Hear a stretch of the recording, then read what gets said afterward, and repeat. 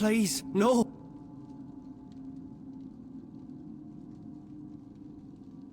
You must go soon.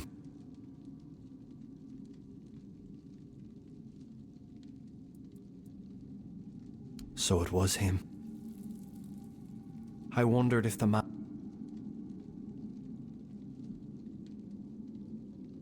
When I was just a boy...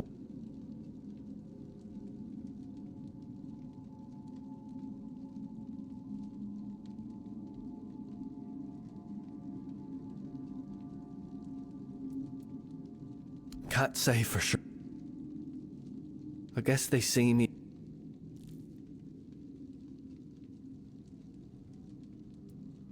The tribe told stories, but I don't think they're intelligent.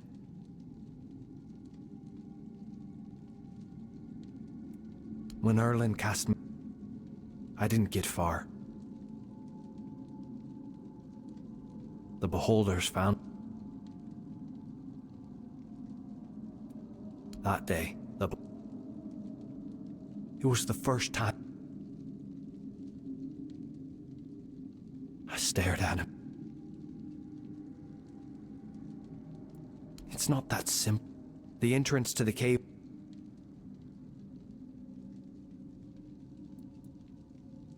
Yes. The beholders brought, as strange as it... I think that they must have felt what...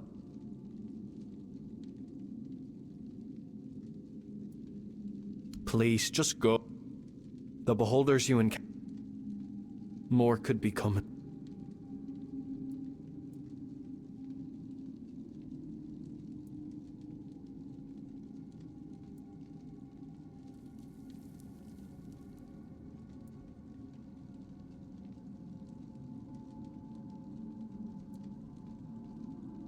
Thank you. You need to leave.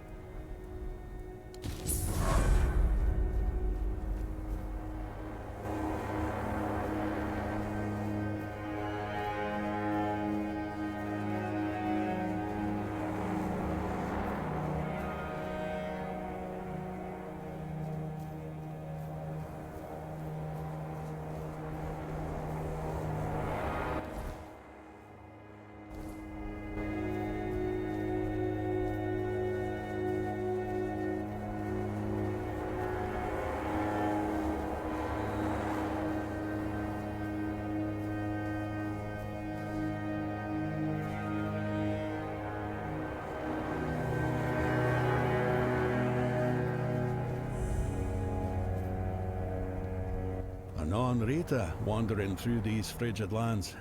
It takes courage, or perhaps folly, to traverse the forlorn swords alone. Sit, if it pleases you.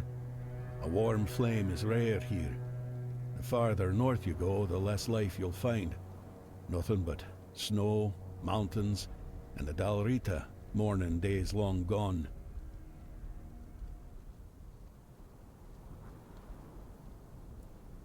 I'm an old Dalrita. I couldn't care less anymore. You, though? You look like someone who's never had to scoop snail roe from a fiend's guts. My advice, leave them be. And if you're fool enough to poke one, run like hell while you still can. They tend to explode. I am Vati. Little else of me is worth knowing. Yet you asked as though you seek some greater tale. Not in my case, stranger. I'm just an old man, exiled from a tribe long ago. You, however, seem sharp, strong, and you're not from here. That much is clear. Now, it's you I'm curious about. So tell me, what brings you to the Forlorn Swords?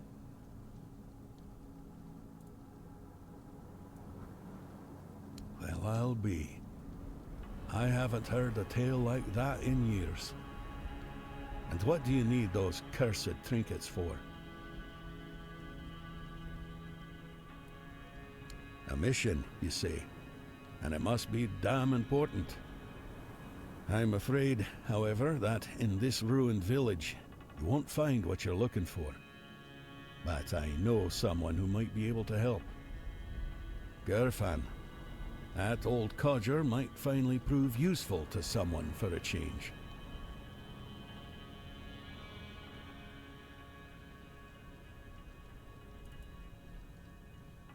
I was once a scribe, and true to my calling. I live in the past, stranger. I won't tell you anything of value, just old tales and bygone days. I have little contact with the tribes these times. The words of an exiled Darita carry little weight, same as his name. You'd be better off discovering things for yourself, believe me. It will be a far greater lesson than anything I could ever tell you.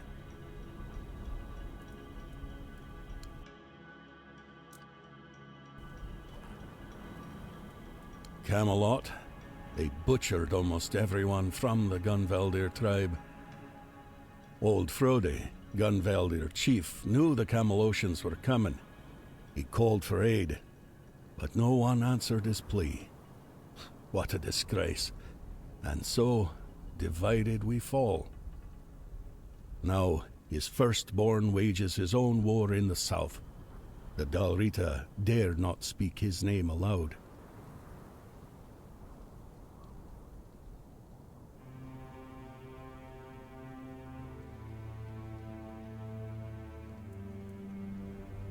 Among the Dalrita, there were rumors that their giants had begun to stir. Hard to say how much truth there is to it. Look for yourself. Still sleeping like the dead. Camelot may have feared it, though. A wakened giant would have been just another burden on their already troubled heads. And royalist heads seem far less suited to carrying burdens. That's how I see it. Here? No. What happened here was a slaughter. The battle itself was fought in the fortress, but I wouldn't advise going there. Folks lose their wits there. For as long as I recall, restless Dalrita lingered within its walls, kinless or destined to leave heirs that would not remember their ancestors. But then the Gunvaldir decided to look after them. They claimed the fortress for themselves. No one objected.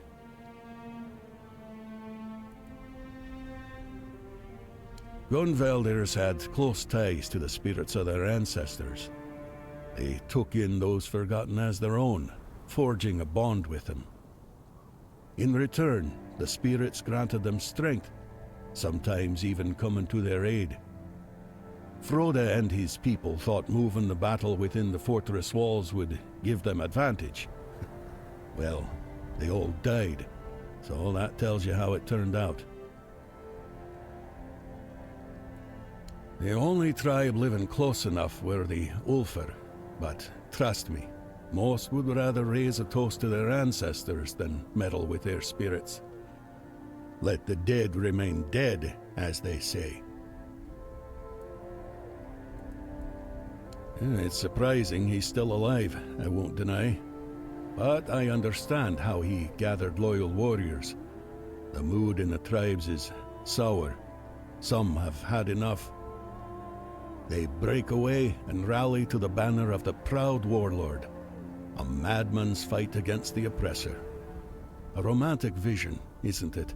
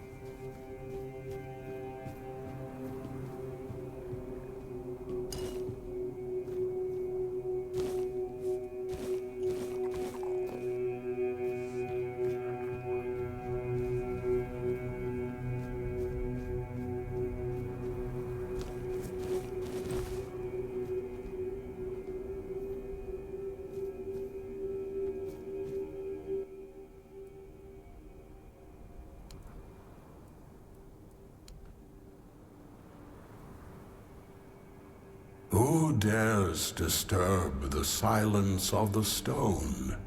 Speak, small one, and tell me why you stand before the summoner.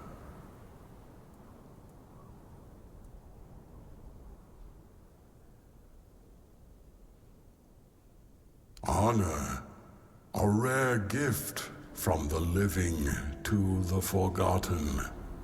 But honor alone does not earn my blessing. Show me your strength, your will, and the bonds you have forged with others. Only then will I lend you the might of the summoner. Tryggve, the parasite clinging to the pillar. He twists the old ways for his own greed, a shadow of what the Ulfr once stood for. If you wish to rid the world of his corruption, you must prove you are worthy of my power. Call forth your allies, mortal. The summoner respects not lone strength, but the bonds that carry us forward. Together you will face this trial. Fail, and I shall remain silent forevermore.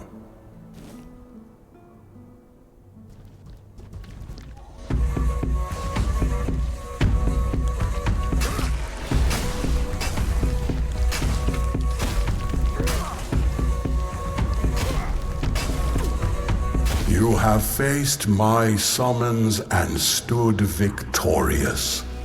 Few possess the strength to endure, and fewer still the bonds to overcome. You are worthy of my blessing. Take it, mortal, and carry the strength of the summoner with you. But know this, my power is not a gift. It is a burden. Wield it wisely, for it binds you to those you fight for. Go now. The giant strength is yours to wield, but their expectations are yours to bear. Do not fail.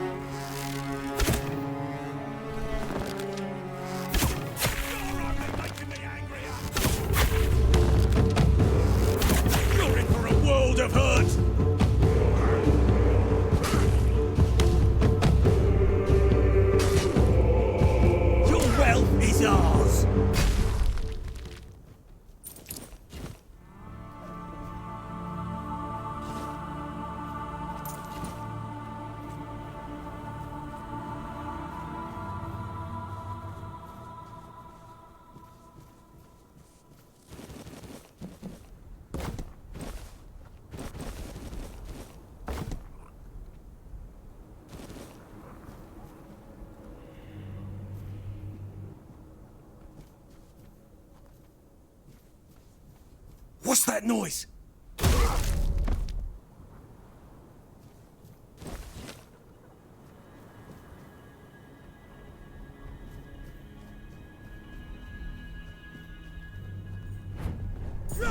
That's all you've got!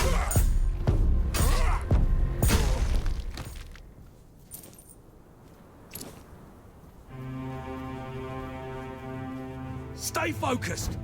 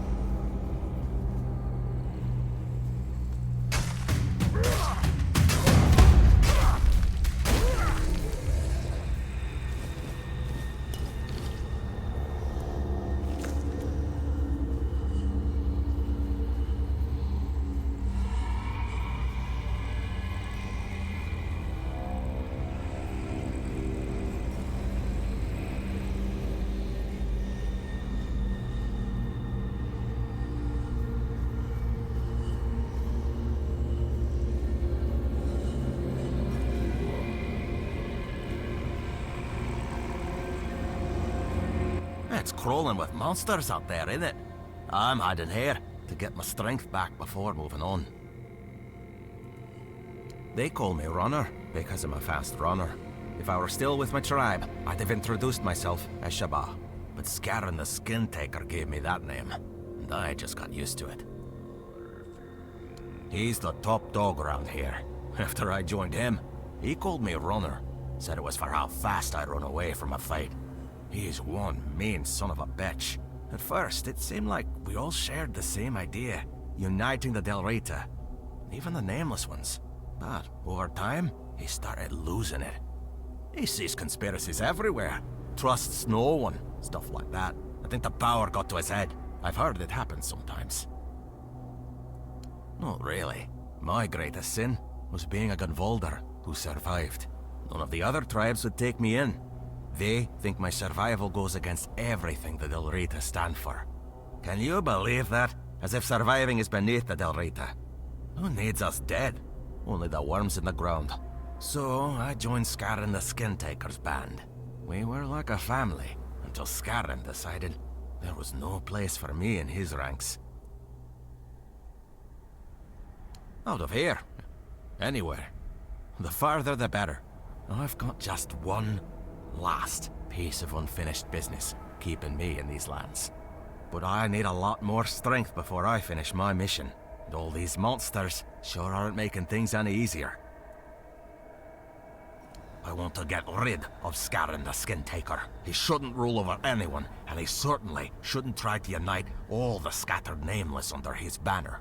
But if he succeeds, the way he is now, he'd have us attacking our own brothers. I've had enough bloodshed. One eye's off to his war, and word is that Gurfhan wants to call the moot and go to war with Camelot. Or with one eye for going after Camelot. Either way, it ends with us spilling more of our own blood.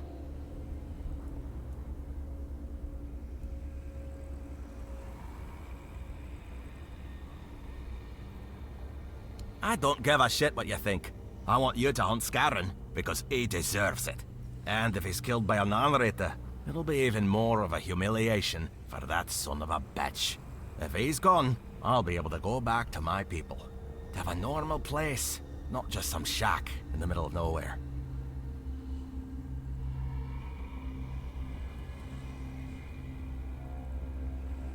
Great!